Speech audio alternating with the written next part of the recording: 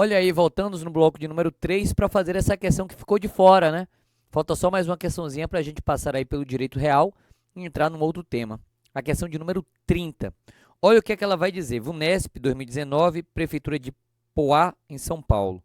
Manuel ocupa uma área de terra que faz divisa do Brasil com o Paraguai. Uma área, então, de divisa, né? Se encontra na posse mansa e pacífica desse imóvel há mais de 15 anos. Tem mais de 15 anos isso, tá? Mais de 15 anos. Não possui justo título. Pouco importa, né? 15 anos. Tal área rural é de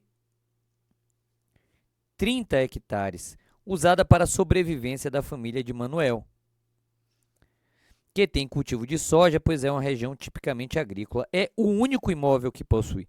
Gente, tudo isso coloca Manuel na usucapião especial rural, prevista no artigo 1239 do Código Civil. Você consegue perceber uma questão de usucapião, hein?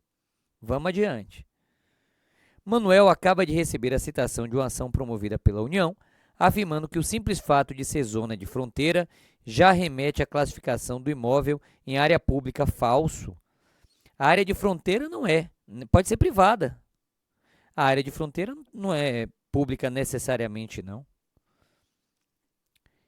Diante do quadro, assinale a alternativa correta. Letra A. Por ser classificada qualquer área de fronteira como bem público, falso. Bem público é aquele que pertence à pessoa jurídica de direito público. E não a área de fronteira necessariamente. A área de fronteira pode não pertencer à pessoa jurídica de direito público, né? Então, Manuel poderá sim adquirir porque não é bem público. Artigo 98 do Código Civil. B de bola. Por se tratar de área rural com menos de 50 hectares e estar ocupado há mais de 15 anos, Manuel poderá requerer a uso capião rural. Verdade. Tendo a área ocupada 50 hectares, a área ocupada tem 50 hectares? Não, né? A área ocupada tem 30. Mas vamos lá. Sendo rural, Manuel pode alegar uso capião ordinário? Não, uso capião especial rural e não ordinário. Como se trata de área rural, independente do tamanho, falso também. O tamanho impacta no diagnóstico da peça. O tamanho impacta no diagnóstico da peça. Letra E.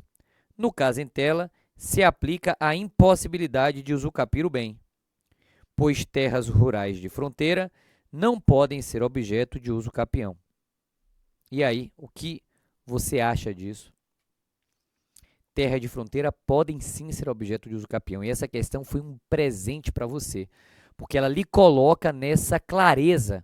Você que eventualmente tinha alguma dúvida sobre esse assunto, se terra de fronteira poderia ou não ser objeto de uso capião, sua dúvida acabou.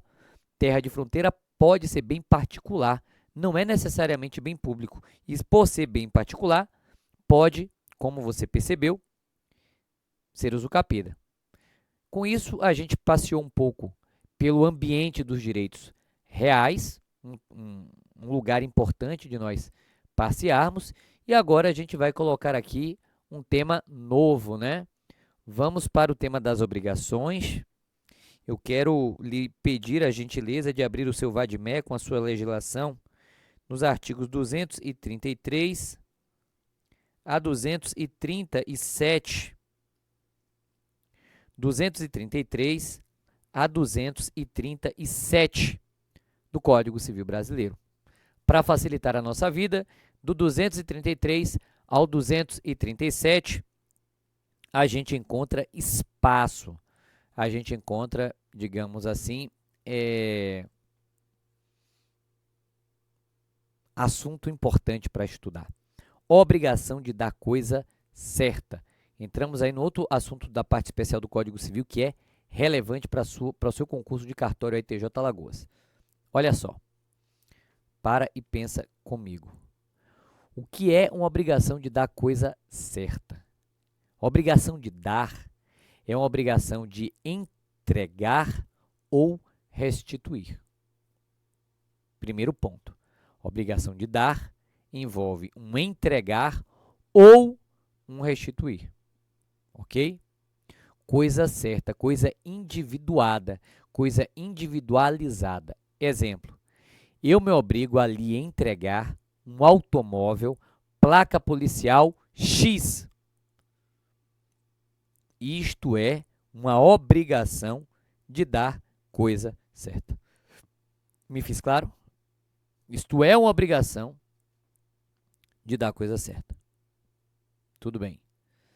Bom, qual é a primeira coisa que você precisa lembrar nessa obrigação de entregar ou restituir coisa individuada, de entregar ou restituir coisa individualizada?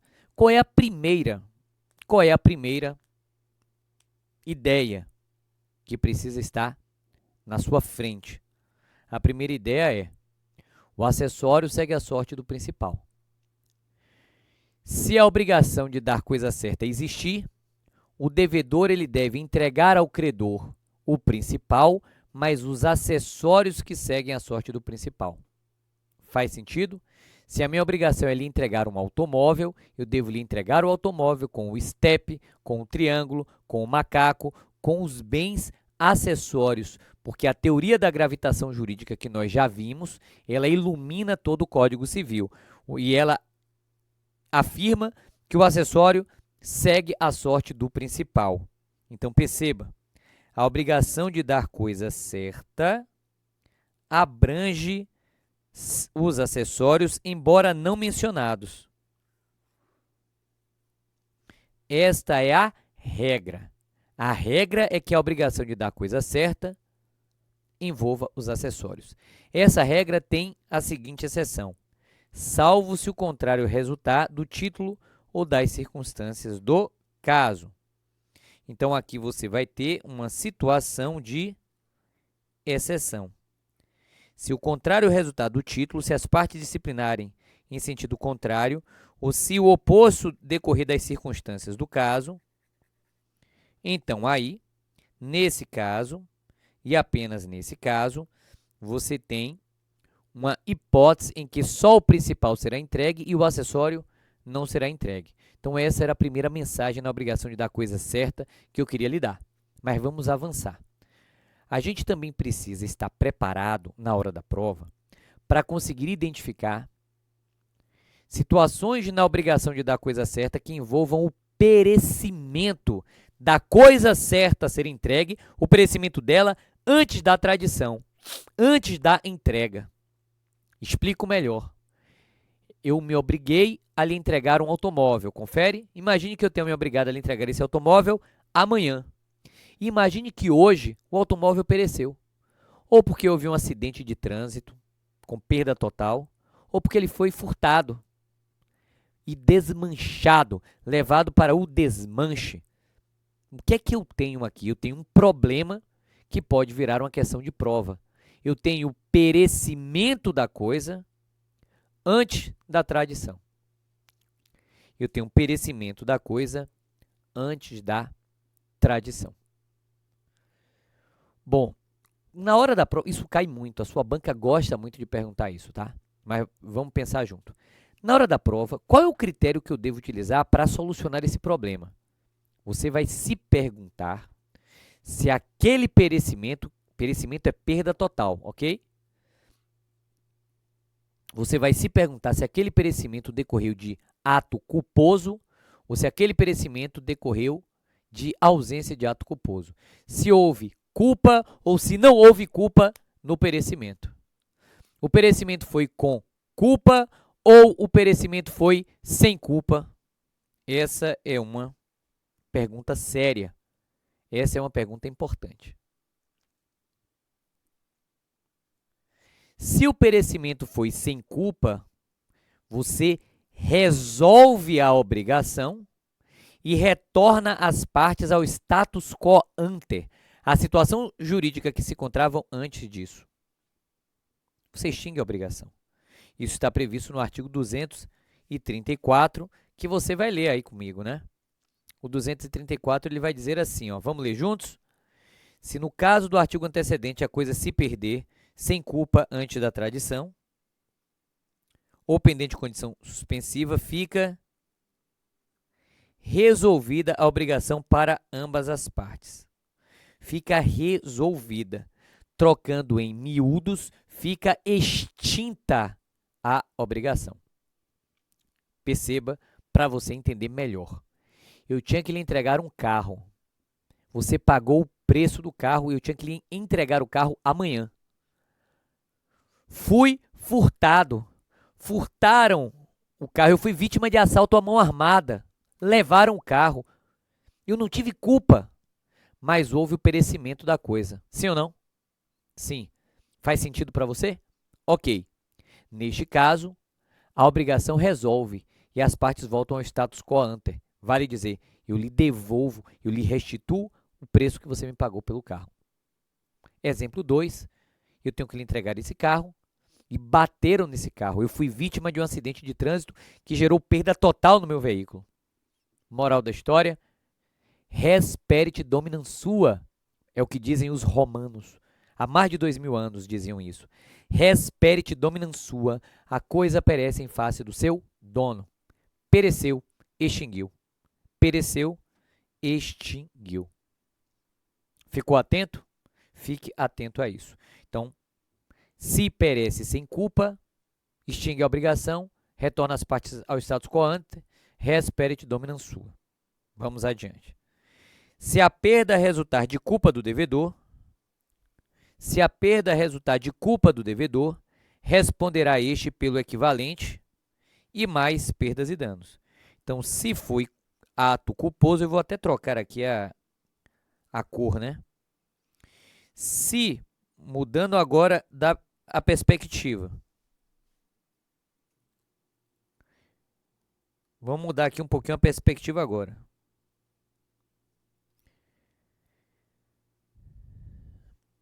Se resultar de culpa, haverá responsabilidade civil pelo equivalente. O que é o equivalente?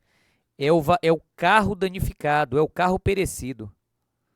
Então, o culpado pelo perecimento responde pelo equivalente, pelo preço do automóvel.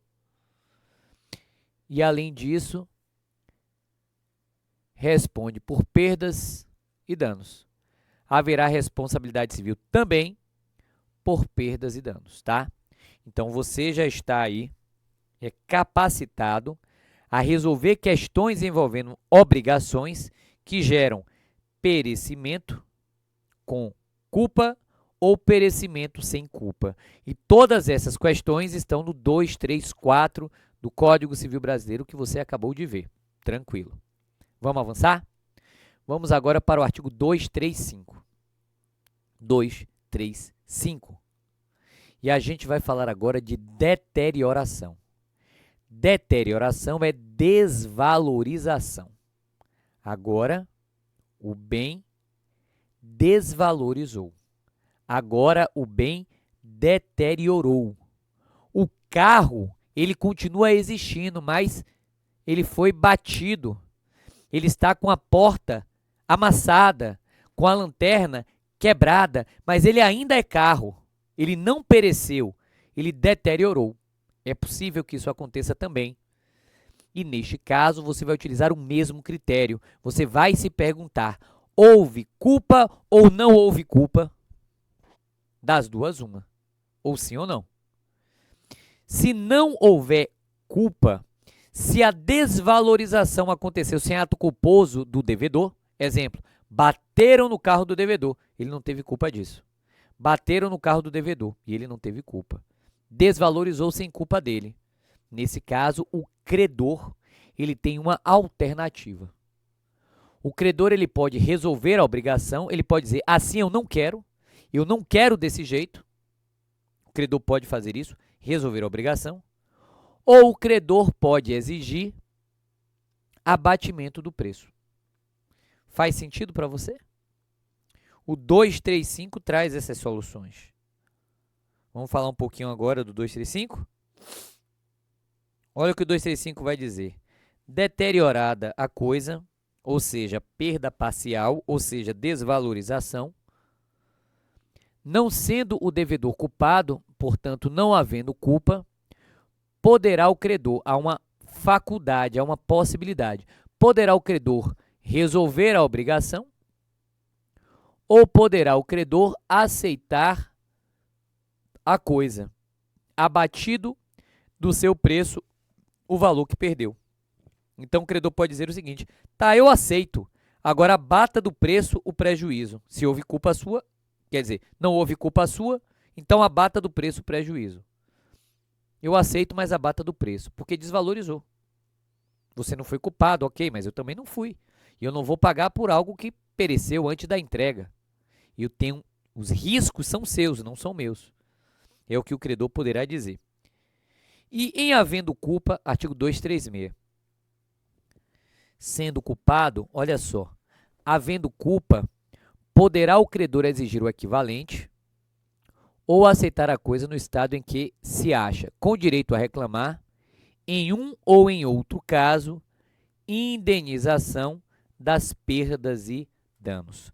Você começa a perceber que culpa é igual a responsabilidade civil obrigacional, negocial, como a gente teve aí a possibilidade de enxergar. Confere? Beleza. Um outro artigo que eu acho muito interessante de realçar é o 237, que fala da valorização da coisa antes da entrega. A valorização, ela autoriza o devedor a exigir a complementação do preço.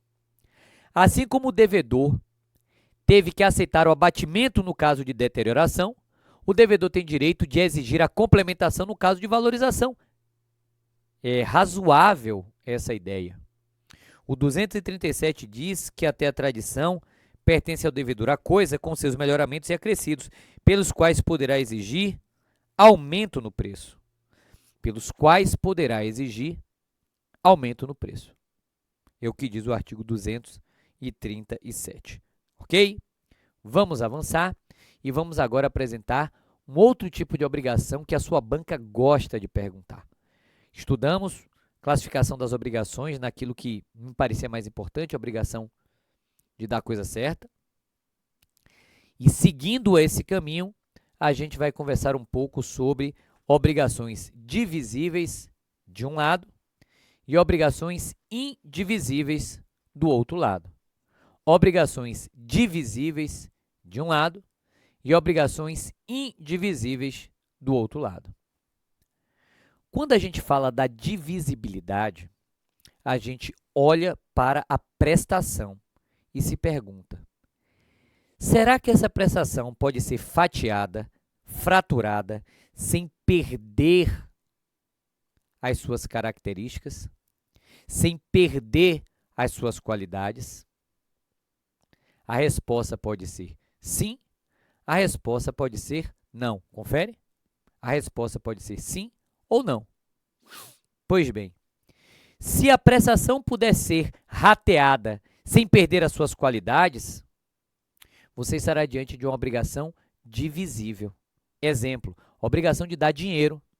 O dinheiro é um bem divisível. Se João e José devem R$ 1.000 a Pedro, João vai pagar 500, Pedro vai pagar os outros 500, porque a divisibilidade se presume. É o que diz o artigo 257. Você sabia disso? Havendo mais de um devedor ou mais de um credor em obrigação divisível, esta presume-se dividida em tantas obrigações iguais e distintas quanto os credores ou devedores. Há uma presunção da divisibilidade. Ok. Lado outro, por outro lado, eu tenho as obrigações indivisíveis. E as obrigações indivisíveis são aquelas cuja prestação não pode ser partilhada sob pena de inutilidade finalística e econômica, sob pena do bem perder a sua finalidade, a sua essência, a sua razão de ser. Exemplo, um touro reprodutor. Um touro reprodutor não pode ser dividido. Exemplo, uma casa, um automóvel é uma obrigação indivisível. Artigo 258. A obrigação é indivisível quando a prestação tem por objeto uma coisa ou um fato não suscetíveis de divisão, por sua natureza, por motivo de ordem econômica ou dada a razão determinante do negócio jurídico, por uma dessas situações. É importante que você saiba, é importante que você saiba que se eu tenho 2 ou mais devedores de uma obrigação indivisível, cada um será obrigado pela dívida toda, porque não tem como ratear. Explico melhor. Se Roberto e João são devedores de um touro reprodutor a você, eu sou obrigado pela dívida inteira. Não dá para eu lhe entregar metade do touro. E vice-versa. Confere? Sim ou não? Claro, né? E se eu lhe entregar, eu me subrrogo. Eu tenho o direito de cobrar financeiramente a parte que competia ao outro devedor na entrega daquele animal. Agora, e se a pluralidade for de credores? Agora vamos inverter o jogo. Imagine agora que eu tenho um devedor e eu tenho vários credores e a obrigação é indivisível. Como é que eu faço para pagar? Como é que eu faço para pagar? Artigo 260. Artigo 260. Ou eu reúno todos e pago a todos ao mesmo tempo, já que eu tenho uma obrigação indivisível com pluralidade de credores, ou eu entrego a um dos credores com caução de ratificação. Você já ouviu falar nisso? Ou eu entrego a todos conjuntamente, ou eu entrego a um, dando este caução de ratificação dos outros credores, ou seja, dando este uma garantia de que os outros credores ratificam. E com isso eu consigo me libertar da obrigação, vamos dizer assim, da obrigação indivisível. Fora daí, eu não consigo, tá? Avançando um pouco mais nos nossos estudos sobre as obrigações, aparece um outro tema de direito obrigacional que é muito importante e que a gente precisa estudar. Perceba, a gente viu um pouco da classificação das obrigações, né? Para cada 1 hora de aula, 2 horas de estudo. Sempre, sempre. Não tem jeito, tem que estudar, tem que ler livro. Claro. Mas repara, a gente viu um pouco da classificação das obrigações. Tá tranquilo. Eu quero ver agora um pouco mais com você a teoria do pagamento, do adimplemento das obrigações. Porque as obrigações elas têm um ciclo. Elas nascem a partir das fontes das obrigações. Elas são classificadas e elas se extinguem com o pagamento. E o futuro aprovado, a futura aprovada, precisam entender a teoria do pagamento. Quem deve pagar, a quem pagar, onde, como e quando pagar. Você precisa saber essas 5 coisas. Claro que precisa. E a gente vai começar o tema da teoria do pagamento fazendo uma pergunta muito simples e bem importante. Afinal de contas, quem deve pagar? Quem é o autor do pagamento? A gente vai chamar o autor do pagamento de solvens, aquele que solve, liquida. Tudo bem? É claro que você vai dizer que o autor do pagamento é o devedor. Claro. Mas você acha mesmo que a sua prova vai lhe perguntar desse jeito? Não. Eu quero focar o seu estudo na figura do terceiro. Porque o terceiro, uma terceira pessoa, ela também está autorizada pelo ordenamento jurídico brasileiro a pagar. Terceiro também pode pagar. E o mais curioso é que a legislação brasileira subdivide o terceiro em terceiro interessado, de um lado, e terceiro desinteressado, do outro lado. Olha que curiosidade. Eu tenho a figura do terceiro interessado, de um lado, e eu tenho a figura do terceiro desinteressado, do outro lado. E ambos podem pagar. Claro, com consequências diferentes. Claro que com consequências diferentes. O artigo 304 do Código Civil afirma que qualquer interessado na extinção da dívida pode pagá-la. Qualquer interessado. Usando, se o credor resistir, se o credor se opuser, dos meios conducentes à exoneração do devedor. meios conducentes à exoneração do devedor é consignação em pagamento. Então, perceba. Primeira ideia para ficar aqui. Qualquer interessado pode pagar. Qualquer interessado tem direito de pagar. Quem é o interessado? É o interessado jurídico, é o interessado econômico. É a seguradora, o fiador, o avalista, o sócio que pode sofrer uma desconsideração. Essas pessoas são terceiros interessados e elas podem pagar. Elas são terceiros interessados e elas estão autorizadas a realizar o pagamento. Qualquer interessado. E o pagamento realizado por um terceiro interessado, por uma seguradora, por um fiador, por um avalista, o pagamento por eles realizado é válido, eficaz e gera subrogação. Quem paga se subroga e pode cobrar. Dá uma lida, apenas a título de curiosidade, na súmula 188 do STF, do Supremo Tribunal Federal. O que é que essa súmula vai dizer? O que é que essa súmula diz? Essa súmula afirma